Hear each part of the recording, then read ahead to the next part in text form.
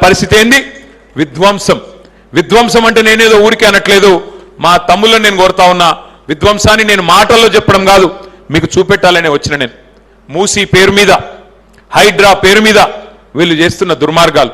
కేసీఆర్ గారి ప్రభుత్వం ఉన్నప్పుడు ఎవరన్నా గరీబోళ్ళు తెలియకనో తెలుసో ఎక్కడన్నా 20 గజాలలో 30 గజాలలో ఒక గుడిసె కట్టుకుంటే కేసీఆర్ గారి 9.5 ఏళ్ల పాలనలో 2.5 లక్షల మంది పేదవాళ్ళకి జీవో నంబర్ 58 కింద 59 కింద పట్టాలిచ్చిన మహానాయకుడు మన నాయకుడు కేసీఆర్.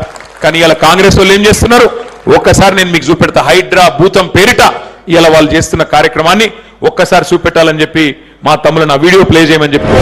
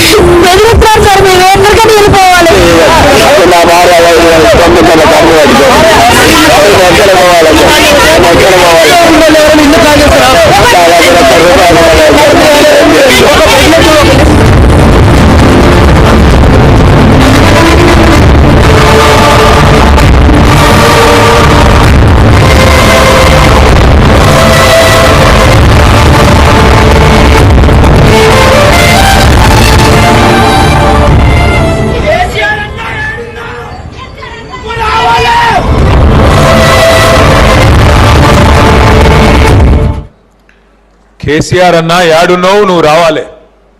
కత్తేమో వానికి ఇస్తిరి, యుద్ధమేమో మనల్ని చేయమని వాడుతుంది. ఎట్లా?